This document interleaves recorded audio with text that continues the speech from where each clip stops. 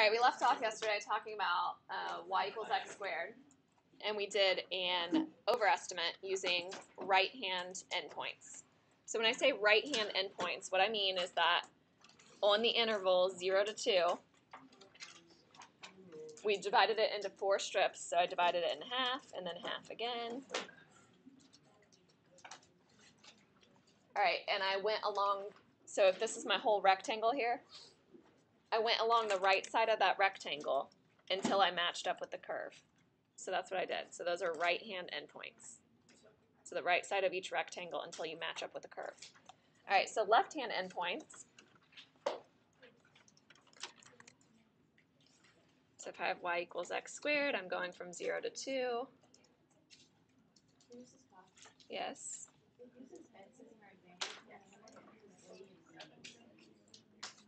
Yeah, so, yeah, when I say A, guys, shh, stop talking.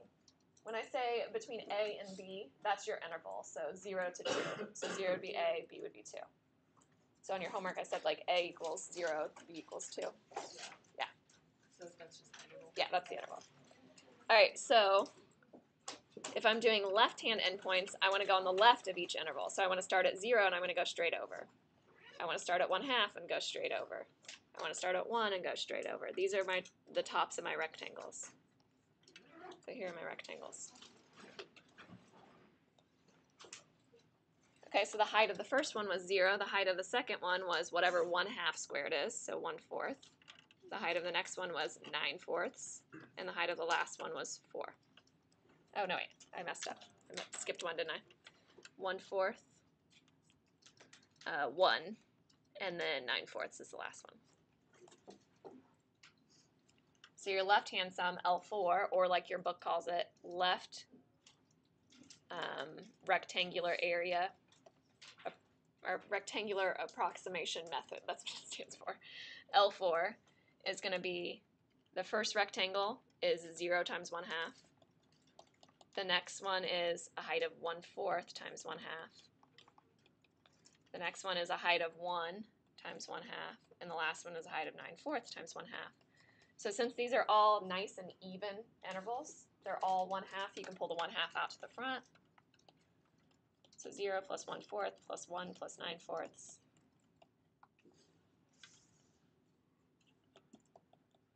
So I get 10/4 plus 4/4, 14/4, so 7/2. So you get 7/4.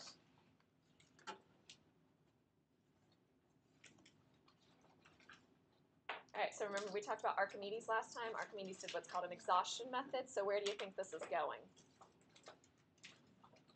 What do you think you would do next? Yeah, use smaller rectangles. So it says use 10 strips, find R10 and L10. Do we need to do that? You guys understand the method? Okay. Yes? You skipped one. I skipped one in the numbers? Yeah, like no, up here. Oh.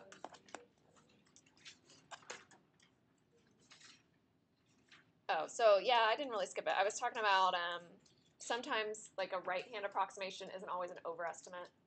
Sometimes a left-hand is not always an underestimate.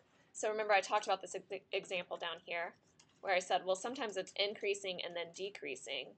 So a right hand might be over at first, and then all of a sudden it's an underestimate. So you might not be able to tell if it's an overestimate or an underestimate. Okay. All right, so moving on. So that was a finite sum. So that's like the Archimedes method where you would get even more rectangles, but you'd have a finite number. So what if we had an infinite number of rectangles? That always confused me when I was in calculus, because I'm like, an infinite number of rectangles, there would be no width. How would you have a rectangle? That's calculus. There's no width. It's adding up an infinite number of rectangles, it's like a limit, right? All right, so eventually, you're going to have to go into extreme detail about infinite sums. Okay, if you think about an infinite number of rectangles, you would think that the sum would be infinity. Okay, but it's not the case. So if you think of adding 1, so this is from 0 to 1. Let's say I had 2. So if I add 1, here's 1. And then if I add on another half to it, here's 1/2. So I'm now at 1 1/2. If I add another fourth, I'm now here. If I add another 1/8, I'm now here. Another 1/16. You're always having that distance. So if you take the limit as your sequence, as you have an infinite number of terms, what do you think that limit's going to be?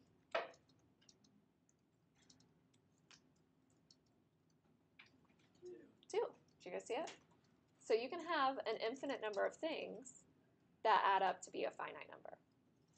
Okay, so it can happen. Okay, so let's revisit the problem from the previous section. Suppose you have y equals x squared, and you want to find the area from 0 to 2. You can partition the original interval into n subintervals. So your original width of your interval is 2.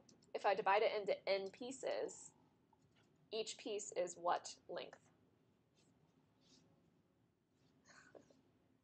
Okay, if I divide it into 10 pieces. So if I had from 0 to 2, and I wanted to divide it into 10 pieces, where would my first mark be?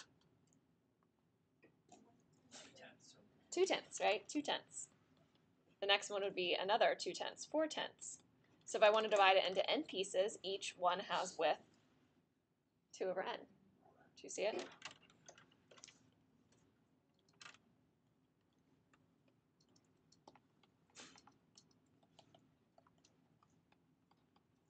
Okay, so when you have a nice even interval, what you're doing is you're doing b minus a all over n. So in our case, we had 2 minus 0 divided by n. So b and a are your, that's what Catherine was asking about the homework. This is a, and this is b. So a is 0, b is 2. All right, since f is increasing, the minimum value on each individual interval is the left endpoint. Okay, so what I mean by that is if I have 2 over n, and then 4 over n, and 6 over n, and so on, all the way to 2,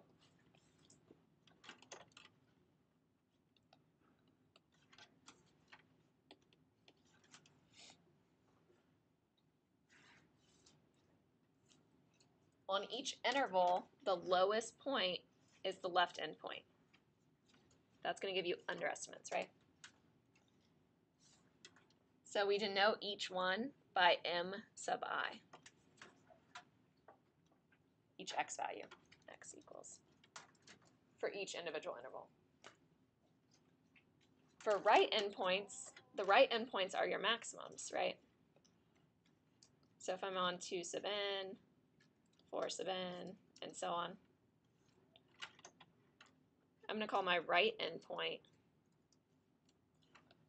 that's going to be x equals capital M sub I. So if I'm on the ith interval, so this first one, this first point would be M1. This next one would be M2. The next one would be M3. It's talking about what interval you're on. So the ith interval. I know it's confusing when you see all the different notation at first. And the other one's capital. So the overestimate's capital M, the underestimate's lowercase m.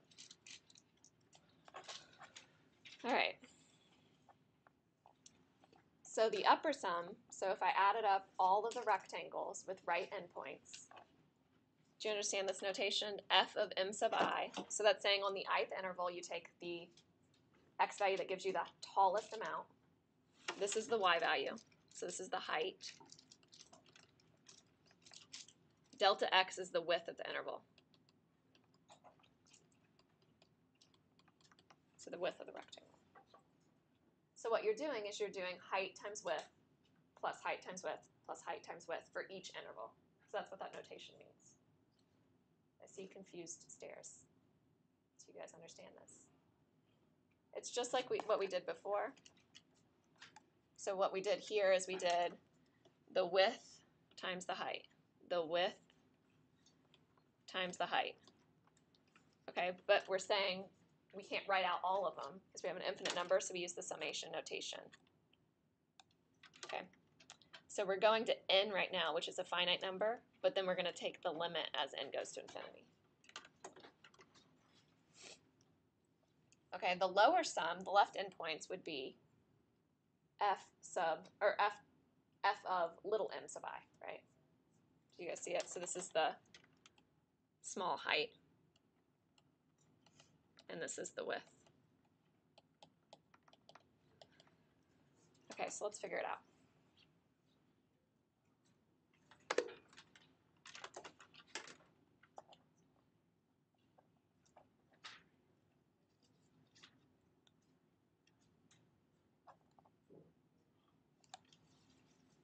Okay. On the first interval, so on the first interval, which one are we doing first, right or left? I forget. Right endpoints. So let's go back here.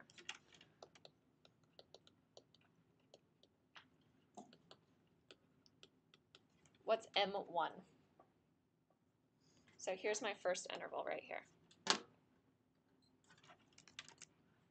What's my x value that I'm using?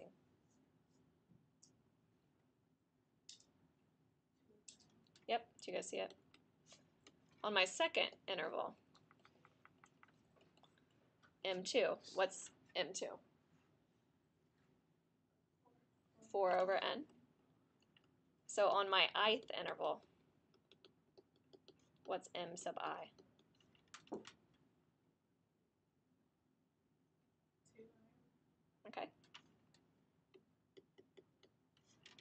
Does that make sense? This is the first, this is the second, the third would be 6 over n, the fourth would be 8 over n. So you're always just taking whatever interval it is and you're multiplying by 2. Okay, so going back over here, f of mi, well, mi is, we just said 2i over n. So what's f of mi? The y value. And in this case, our curve is x squared. So f of x was equal to x squared, so f of mi, so I'm going to have the summation, I equals 1 to n, I'm writing n up there, okay, is 2i over n squared. And then what's the width of each rectangle?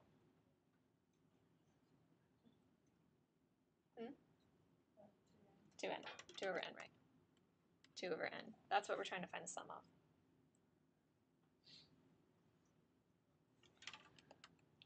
Okay, so it's the summation from I equals 1 to n of 4i squared over n times 2 over n.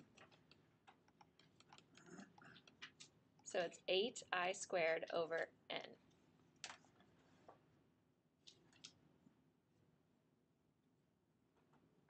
Got it so far? Or n squared. I was like, why do I see confused spaces? N squared. N to the third. Sorry. I would blame it on Monday, but it's Tuesday. All right. So the question is, do we know how to find the sum? So think about what this is meaning. You guys hopefully did this for your homework last night. If you have the summation from I equals 1 to n, you'd have 8 over n cubed times 1 squared plus 8 over n cubed times 2 squared plus 8 over n cubed times 3 squared. So what do they all have in common? The 8 over n cubed. So can't you just pull the 8 over n cubed out of each one? Does that make sense? Do I need to write this down? Okay, so what I have is 8 over n cubed times 1 squared plus 8 over n cubed times 2 squared plus 8 over n cubed times 3 squared, and so on all the way to n. So it's 8 over n cubed times n squared. Okay, so they all have in common this 8 over n cubed, so I'm going to pull it outside of the sum. So I'm going to have 8 over n cubed times the summation of I equals 1 to n of I squared. Why did I do this? Do you guys remember what that is? It's in your notes, so go back to your notes. The summation of I squared, it's right here. It's n times n plus 1 times 2n plus 1 all over 6.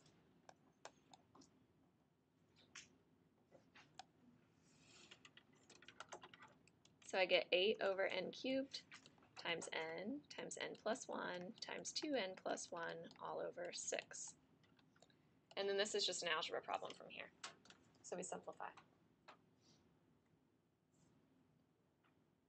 This can be a little messy, obviously.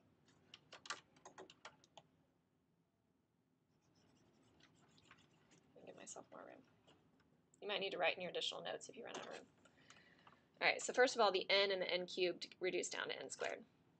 I'm going to FOIL out my two binomials. Oh, my 8 and my 6 can reduce down too, right? So 4 and 3.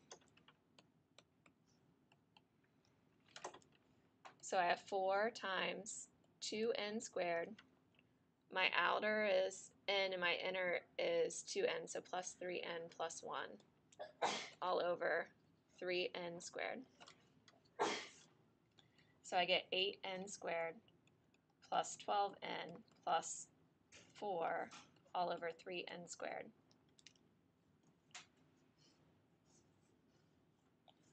And then I'm going to bring the 3n squared into each piece. So I get 8 over 3 plus 4 over n plus 4 over 3n squared.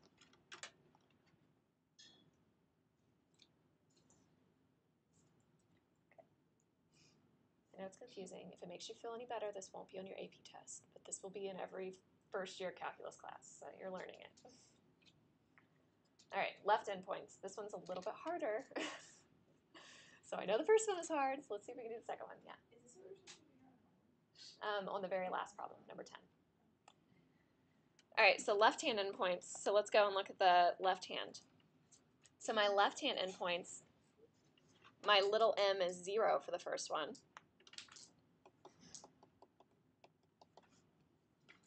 So it's little m. My second interval, m2, is 2 over n. My third is m3, which is 4 over n. So what's my ith?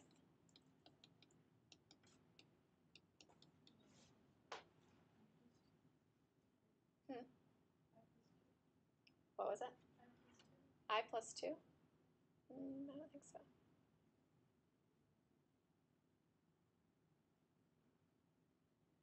How's it different than the last one? Yeah, 1 is the same as what the second one was, right? Okay, so how can we do this? Yep, so you're going to have, so it'd be like the last one. It's kind of like the last one, right? But now you subtracted one of the 2 over n's. Does that make sense? So m2 before was 4 over n. But now at my second interval, little m2 is 2 over n. It's always 2 over n less than the one before. Okay, so I have 2I over n minus 2 over n. So when you set this up, it's going to be 2I over n minus 2 over n squared, because your f of x was x squared. See how the harder your function is, the more difficult this is, because you're going to have to actually square this out and everything. All right, times my delta x is still 2 over n. Just like limits, you should always write this, but I might be lazy and not always write I equals 1 to n for now. Okay, so square it out. So you can get common denominators if it's easier. I don't know. I think it's just as easy just to FOIL it out. So if I'm FOILing out 2I over n minus 2 over n times 2I over n minus 2 over n. So you get 4I squared over n squared. My outer and inner, they're the same thing. They're both negative 4I over n squared. So it's going to be minus 8I over n squared. And then the last is plus 4 over n squared. You're multiplying it by 2 over n.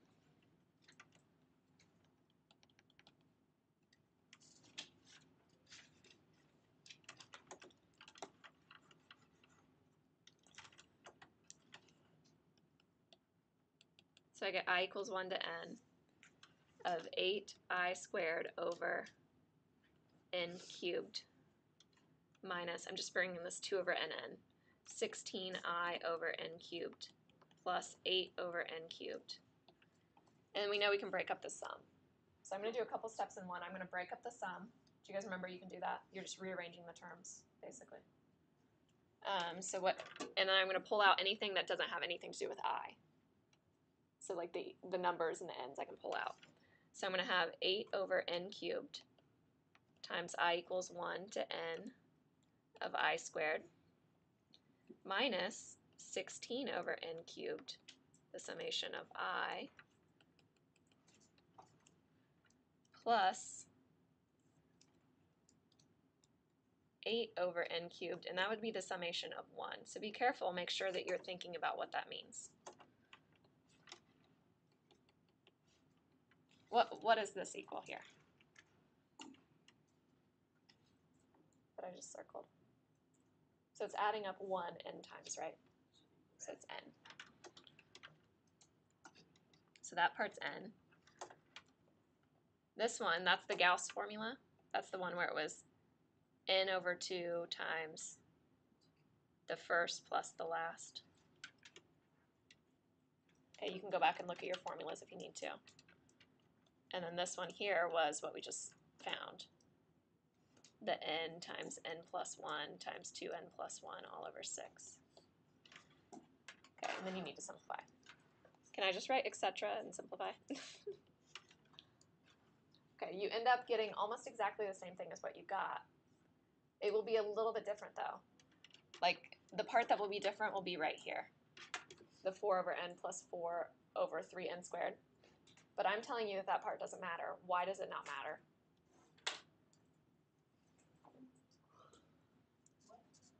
We're finding an infinite number of rectangles, right? You're dividing by n, and we're taking it as n goes to infinity. So what's going to be the same when you do the right endpoints and left endpoints is this first part, the 8/3. Because the rest is just going to go away. Like as you take the limit as n goes to infinity, this part goes to 0, this part goes to 0. You'll get 8/3. So what's your conclusion then? So the area under the curve,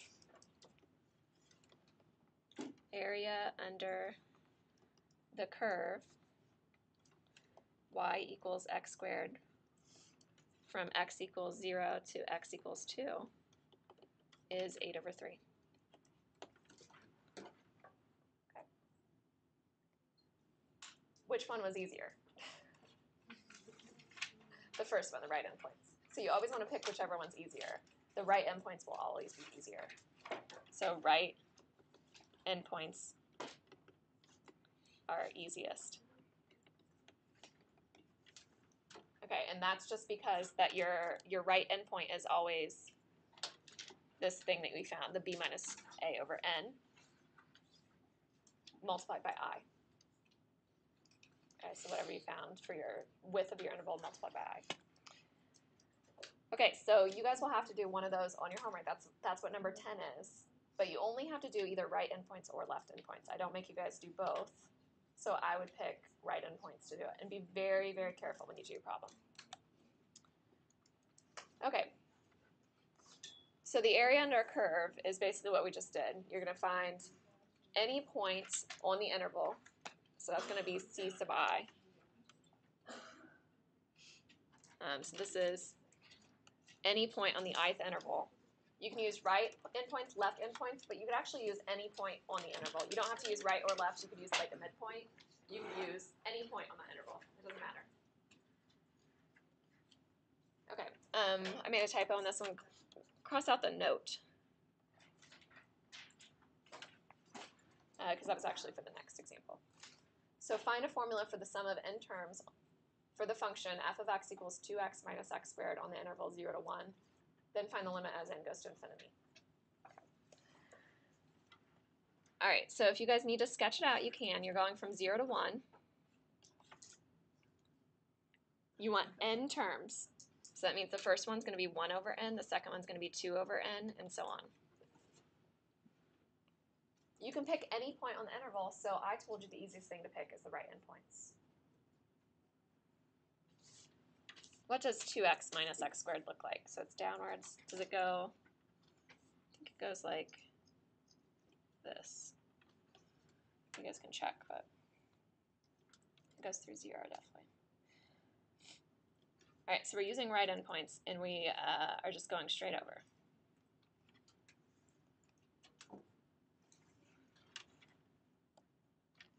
So what we're doing is f of some point on the interval. So if you guys want to call those capital MI like we did before, it's fine. You can call it C though, it doesn't matter. Times delta x. And we're going from I equals 1 to n. And then at the very end, we're going to take the limit as n goes to infinity.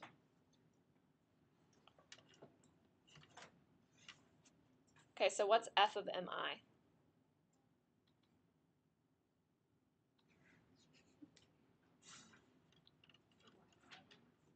Yeah, it's the y value, and it's based on this function, right? So mi was just I over n. See how the first interval is we're using 1 over n? The second interval we're using 2 over n. The third we're using 3 over n. So for the ith interval we're using I over n. So that means that f of mi is just plugging I over n into your original. So it's 2 times I over n minus I over n squared.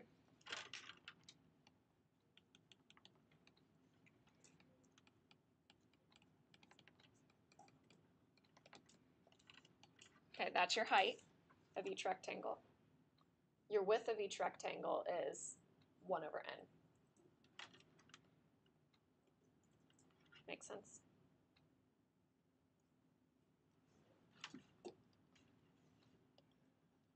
So I get I equals 1 to n.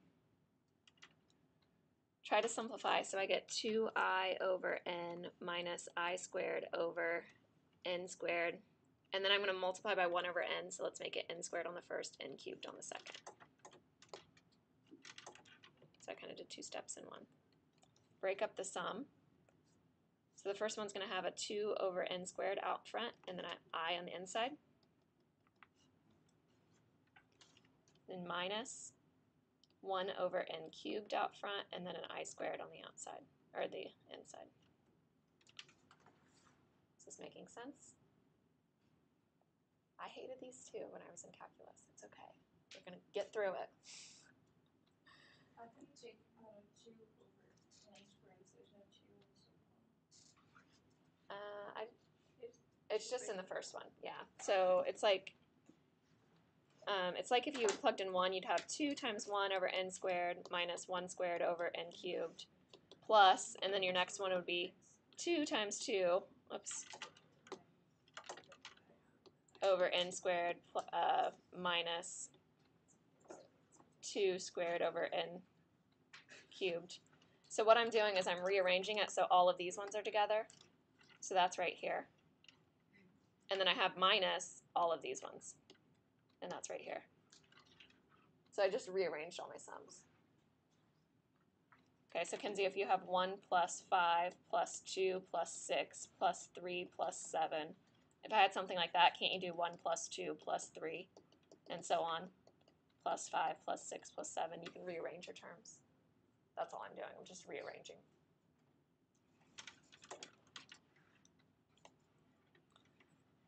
Okay. So then keep going. So I have 2 over n squared times be n over 2 times n plus 1 minus 1 over n cubed times n plus 1 times 2n plus 1 all over 6. So those are those formulas. And simplify.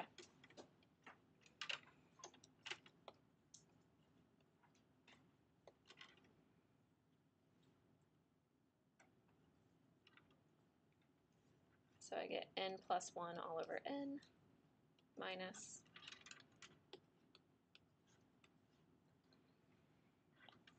FOIL it out.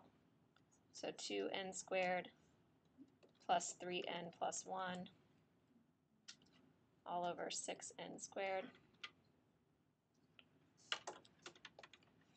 I'm going to bring the n into each piece and so on. So I have 1 plus 1 over n minus, now I'm going to bring the 6n squared into each piece. So I have 1 over 3 with an n on top, so n over 3. No, is that an n on top? No, no n, just a 1, right? Because it was n squared over n squared. And then minus See how it's minus? I'm distributing my negative. It's right here. So I'm distributing my negative. So I have minus 1 over 2n.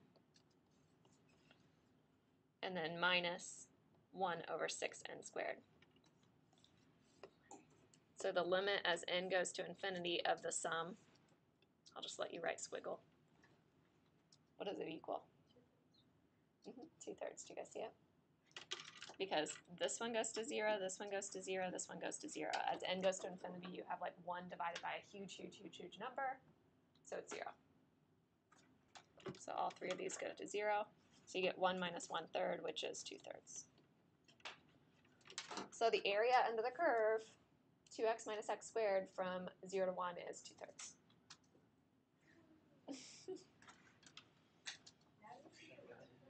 I'm going to teach you the shortcut eventually, right? You got to learn the long way first. How do we know what, Cam? Thank God we know the area. Yeah. So when are we going to learn this? All right, did you guys get out in 5 minutes? All right. Yeah. All right. I can show you how to do some of these problems in about 3 seconds. So if you guys want to kind of look ahead to your homework, there's some that use what's called a definite integral. So if you want to go to your additional notes, you might. Small field teacher. They're lucky I'm teaching them this. All right, so when you guys have things that look like, so for instance, what we just did was 2x minus x squared, is that right? And then we did the area from 0 to 2. Okay, that's represented by this, 0 to 2, 2x minus x squared. Okay, so you got this little squiggle. It's like an elongated S sign. S for sum, right, like sigma. Elongated S, think of that. Okay, this is doing that process that we just did in like 3 steps. Okay, are you excited? So you can know what your answer is going to be on that number 10. All right, so do you guys remember antiderivatives? We talked about them a little bit. So what do you take the derivative of in order to get 2x? X squared.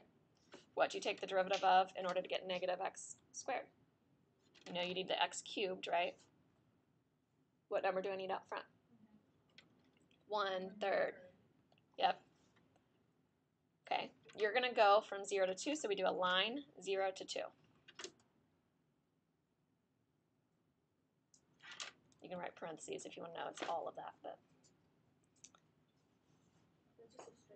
just a straight line.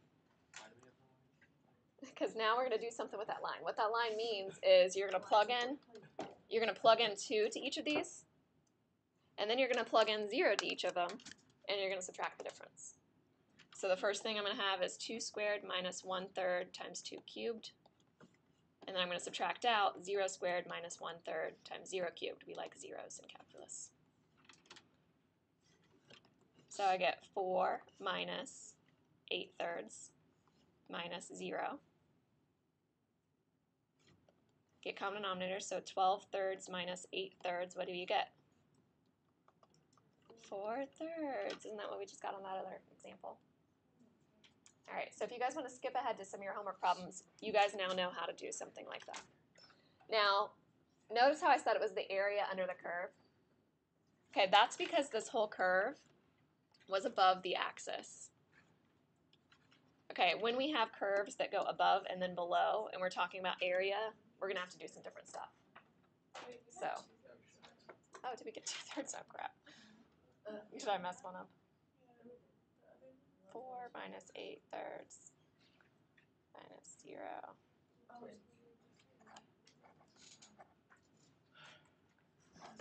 Oh, darn. Did I forget a 2 somewhere? 2, 2, 6.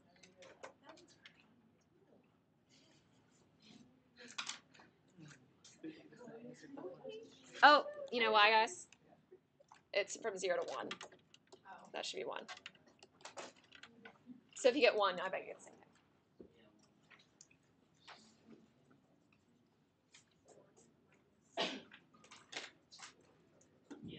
You do? Phew, that was a close one. I know. I was like, oh no. no, did I make a mistake? When you make a mistake on those summation ones, it's terrible. You gotta go back and find it. All right, so you guys have a lot of homework problems in your later sections that look like this one. So if you want to go through and find those homework problems, you can get those ones knocked out too. So